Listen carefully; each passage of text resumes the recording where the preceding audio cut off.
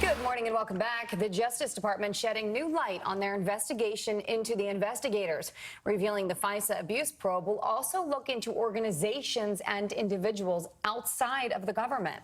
So what does that mean, and who could be swept up in the DOJ's dragnet? Former Deputy Assistant Attorney General John Malcolm joins us now with his insights. Thank you for your time this morning. We'll start with this. Who do you think should be worried right now? Anybody who met with people like Carter Page and George Papadopoulos. So the government sometimes contracts with or uses people who are at non-governmental organizations. NGOs sometimes fund opposition research and have contracts with the government to do this kind of work. And so if you're looking at what the origins of this investigation were and what led to the wiretapping that was ordered by the Foreign Intelligence Surveillance Court, you're going to look at anybody who met with those individuals who provided the predicate for those warrants. Yeah, there's a lot of investigations going on into the same thing right now as we take a look here. You've got John Durham with one, Michael Horowitz and John Huber. Michael Horowitz is the Inspector General. We're expecting to get that report here at some point. What we learned in the Mueller report, though, is that the dossier, apparently the Steele dossier, did make some false claims about Michael Cohen, about Carter Page. And the allegation is that the FBI knew this and still used that dossier anyways. Does that spell big trouble to you?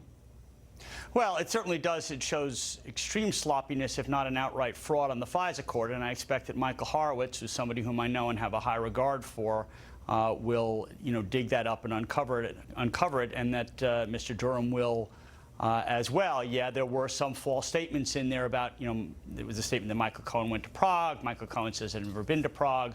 But the real false statements involve salacious allegations against President Trump, which is what led Jim Comey, among others, to say that this was an unverified report. Well, that certainly was not pointed out in any FISA application.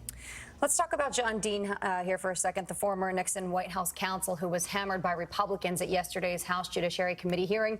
You were there yesterday. You told us in some of your notes that you thought he was a distraction. Why do you say that?